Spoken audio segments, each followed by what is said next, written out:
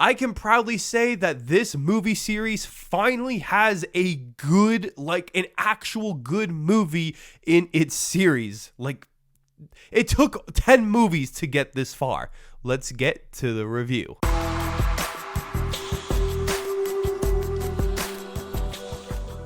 Welcome back, film fans. It is Brad from Let's Reroll Brad, and today in the channel, I want to talk to you guys about the brand new American horror film called Saw X. Saw X is directed and edited by Kevin Greutert, as this film is the 10th installment in the Saw franchise. So going into Saw X, I was obviously very excited to check it out, as I am a very big fan of this series, even though I don't think there's an actual good movie in this series. Even that first movie is not all that good, even though I love it for what it is. And I did review all of the Saw movies, as I will link in the description down below, with all the movies in the series, and it has been a different variety in terms of ratings here, as I have jumped all over the place with these movies with every single rewatch that I've had, because these movies are so unique and different and really created the torture porn genre, as many critics have called it in the past. So with having a new movie in the Saw series and not being with those original 1 through 7, you don't really know what you're going to get, because Jigsaw, Spiral have all been just really different from those original Saw movies. And when you're coming back to the series with having Tobin Bell as the main star, bringing him back because of, you know, we all know what happens with John Kramer at the end of Saw 3. So, you know, going back into this era, I thought was really interesting. And I gotta say that this is actually a good movie. When I call Saw X a good movie, I'm not saying it because I'm a Saw fan and in terms of a Saw movie, it's a good movie. Like, it's an actual good movie. The biggest reason for this is the fact that Kevin Greutert, who directed Saw 6 and Saw 3D, which Saw 3D kind of ended that main series for a while, and he also edited pretty much all of the other Saw movies, clearly cares about this franchise. And when he was asked to direct this newest installment, he put so much effort into what makes people love the Saw movies. He took a big step in the right direction with these movies actually needed to be good, and I think that it needed a right reset with those movies just making so much money, and you just continued that cycle of just kind of being ridiculous with the traps and just give people what they want. But now we are in, I call, the Rotten Tomatoes era, where there are a lot of movies that have been affected by the tomato meter if they are bad. And we have seen movies that are review proof, like, you know, the Transformers movies. But I truly think with a horror movie like this that has gotten so many bad reviews from its previous entries, this movie needed to be good. And I really feel like this is the strongest movie in the series. Tobin Bell is truly what makes these movies work, as he plays the infamous Jigsaw killer, and he is terrific in this movie. What I love so much about his performance is that he really dove into this character so much more than the other films, and he is in it almost the entire time. And that's also one of the biggest upgrades from the previous films, is that the acting is actually good in this movie, where all of the other movies have had such terrible acting that it's so laughably bad and you just sit and enjoy it. But this movie actually was very convincing, especially when the people are starting to die or in the traps. You really feel that they are in the traps, and it doesn't have the best acting in the world, but it's actually pretty good, especially for a Saw movie. I thought was really impressive. We also have Shawnee Smith back as Amanda, which was great. And it was interesting that this movie is set between Saw 1 and 2, and Shawnee Smith does look a lot older from those films, and the movie doesn't address that she looks a lot older, trying to look younger. Same thing with Tobin Bell, but who cares, right? One of the best upgrades from the original Saw series has to be with the editing, as I have found the editing of those movies to be quite unbearable, even though it is like the trademark of those movies. And as I've gone through and rewatched these movies, I do think it's kind of charming and entertaining and just really stupid. But this movie incorporates that just a tiny bit, just like a little spoonful of sugar on top.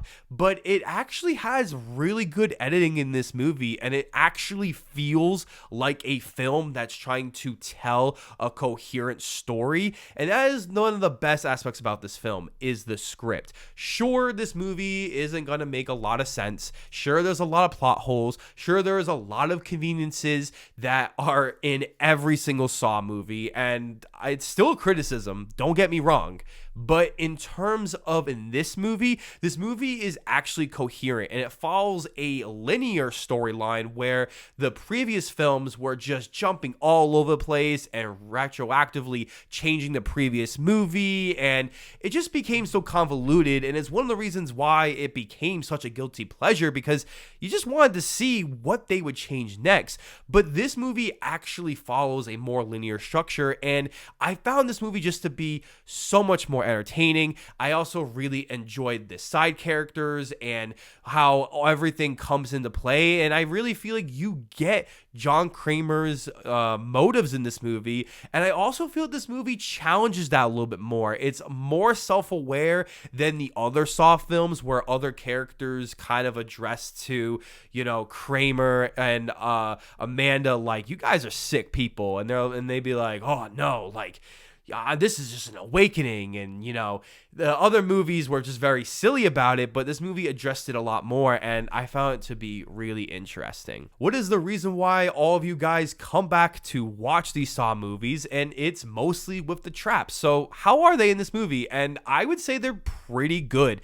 I found the visual effects in this movie to be excellent, probably some of the best of the whole series. I also really enjoyed that the traps felt more personal, as they always have, but there's something about this one where the traps just made more sense. And I get that it's between Saw 1 and 2, but there is just like an aspect about it where you feel like that these characters could actually make it out, where some of the other ones were just like so impossible.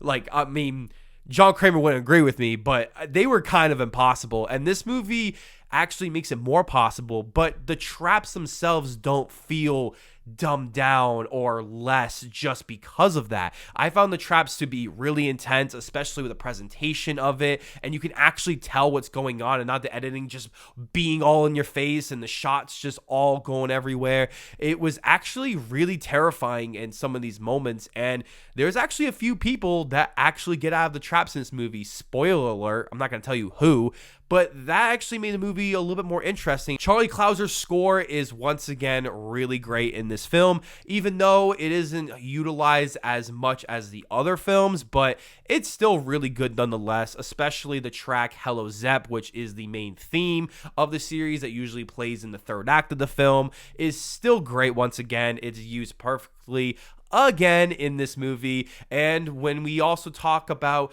the climax of the movie, we also got to talk about the twist, which I will not go into any spoilers, not mention anything about it. And I actually thought it was pretty good. It's not the type of twist that you would expect in terms of like it would change the whole entire movie and, you know, retcon everything. You know, I actually thought it was pretty good. It's probably one of the weaker ones if you're talking more about the craziness of the twists. I mean, I saw it coming, but it works thematically in the film, and that's why I really enjoyed it, and it was like really satisfying, as you know, you would normally think for a Saw film. One of the things that I really loved about this movie in terms from a technical standpoint is this movie actually goes back to the 185:1 aspect ratio that those original Saw movies had. When it came to Jigsaw and Spiral, they had more of the anamorphic widescreen, even if it is sort of gimmicky just to, you know, get fans more excited. But even then, it's still cool because I'm a film nerd with those tech specs, so that was just a nice little touch. Unfortunately, and it shouldn't be surprising, that this movie does have quite a few negatives here, and really the main one is just with the script. As much as I did enjoy it for a Saw movie and even a horror movie, it still has its moments of convenience. I just felt like there were a lot of moments in this movie that I feel like could have been explained better, especially in the beginning of the movie where it goes by really fast and it just doesn't seem like something John Kramer would do. Like, I feel like he would do a little bit more research before he makes this big decision that he does. And I get that it's just a plot device to get the movie rolling, to get the saw traps going, but I did feel it kind of lacking, especially because this movie does take its time to give John Kramer an even deeper backstory. And of course, you have your typical Saw criticisms that most people have it, where the movie is extremely violent. This movie probably should be NC-17. It's honestly crazy that these movies are rated R. I mean, it's probably because they make a crap ton of money and they just cut down to the absolute bare minimum that they can. But like, this movie really felt like it was NC-17, and I'm really excited to see probably the unrated cut on 4K when it comes out, probably later this year or probably next year at this point. So it would be really nice to see how crazy this movie really was on the original cut. But in terms of like violence, this movie is extremely violent, and there are some moments where it does feel very excessive. I mean, comparing it to the other movies, this definitely has the best use of violence in terms of the story and the characters in a more like thematic sense, and really showcasing how violence is really bad and what John Kramer's doing might actually be worse than what those people did to him, which the other movies didn't really dive into as much because it was just more fun to watch people just get split open by, you know, a bear trap or, you know, whatever crazy traps that John Kramer had. And it's also one of those films that if you've seen it once, you've pretty much gotten everything out of it. There's nothing to really say, you know, like in a deeper context. It's not trying to change the game of horror films. It's a pretty straightforward, you know, horror film that you normally see, that there was a lot of heart and passion that went into it, and a lot of creativity in terms of the traps and